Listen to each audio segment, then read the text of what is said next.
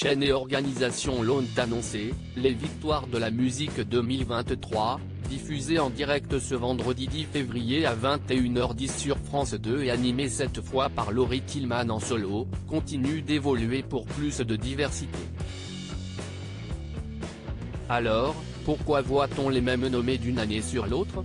2023 sonne pour les victoires de la musique. Le retour à la normale ce vendredi 10 février dès 21h10 sur France 2, avec un public non masqué, contre des figurants en 2021.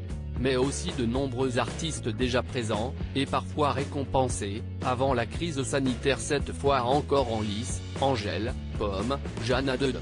De la même façon, Orelsan, sacrée l'année passée, est nommée 3 fois, tandis que Juliette Armanet et Clara Luciani, nos 2 favorites pour la 37e édition, concourent pour 2 prix. Et le favori n'est autre que Stromae, président d'honneur de l'édition 2022 qui avait fait le show sur scène. Un coup de jeune parmi les votants.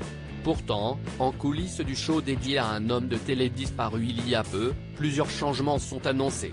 50% des votants ont été remplacés tandis que 100 non-professionnels, choisis grâce à une opération du Pass Culture, à destination des 15-18 ans, et du Centre national de musique, ont eu leur mot à dire.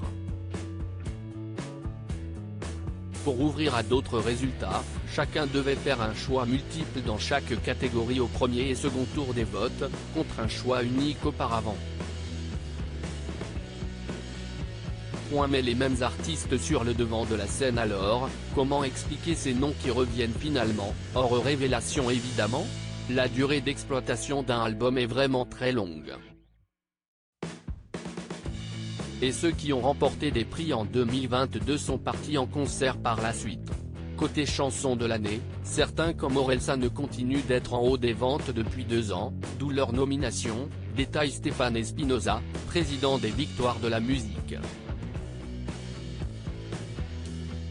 Tandis que d'autres, comme Benjamin Biolay et son album Sinclair, ne figurent nulle part dans la liste des nommés. De là à citer le tube de Stromae tous les mêmes, il n'y a qu'un pas. À lire aussi victoire de la musique 2023, date, animation en solo, favori, nouveau votant. Tout ce qu'il faut savoir sur cette 38e cérémonie.